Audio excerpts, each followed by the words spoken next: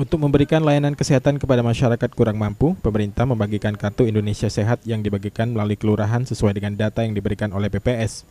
Kartu Indonesia Sehat ini bisa digunakan oleh pemegang kartu untuk berobat mulai dari puskesmas hingga rumah sakit.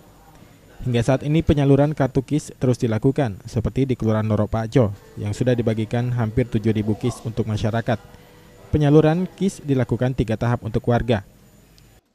Gelombang, jadi gelombang pertama, gelombang kedua, gelombang tiga. Pertama lebih kurang 700, kemudian gelombang kedua 5 ribuan dan gelombang tiga 600. Jadi lebih kurang 6.100 untuk Kelurahan Noropajo. Yang bisa kita sampaikan mungkin sekitar 98% karena ada 45 atau 45 kalau tidak salah. Masyarakat kurang mampu yang belum menerima KIS menurut Zainal Arifin bisa mengajukan surat keterangan tidak mampu yang akan dikeluarkan kelurahan agar warga bisa berobat. Warga sendiri berharap setidaknya kartu KIS ini bisa digunakan untuk mendapat layanan berobat di puskesmas hingga rumah sakit. Aprianto, PAL TV.